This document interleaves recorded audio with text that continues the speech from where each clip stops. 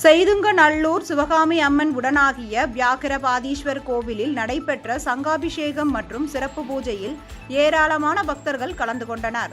தூத்துக்குடி மாவட்டம் ஸ்ரீ வைகுண்டத்தை அடுத்த செய்துங்கநல்லூரில் பழமை வாய்ந்த சிவஸ்தானங்களில் ஒன்றான அருள்மிகு சிவகாமி அம்மன் உடனாகிய வியாக்கிரபாதீஸ்வரர் கோவிலில் ஆருத்ரா தரிசன விழா கடந்த 4ஆம் தேதி கொடியேற்றத்துடன் தொடங்கியது.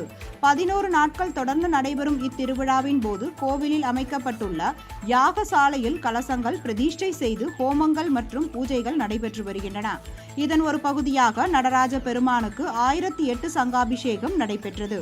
இந்த பூஜையில் கலந்து கொண்ட திரு கைலாய பரம்பரை வேலக்குறிச்சி ஆதீனம் 18வது குருமகா சன்னிதானம் ஸ்ரீலஸ்ரீ சத்யஞான மகாதேவ தேசிக பரமாச்சாரிய சுவாமிகளுக்கு பூரண கும்ப மரியாதை அளிக்கப்பட்டது.